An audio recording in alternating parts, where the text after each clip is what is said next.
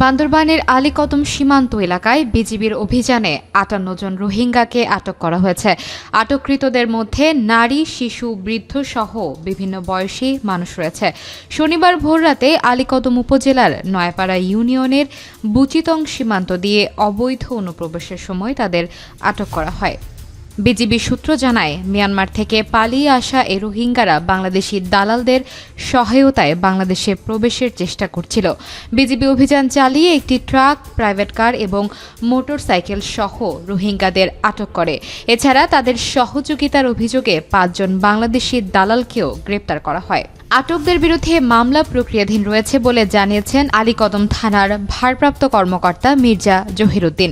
BGB জানায়, সীমান্তে অনুপ্রবেশ রোধে নজরদারি আরও বাড়ানো হয়েছে। মিয়ানমারের অভ্যন্তরীণ সংঘাতের কারণে রোহিঙ্গারা বহুদিন ধরেই বাংলাদেশে প্রবেশের চেষ্টা করছে।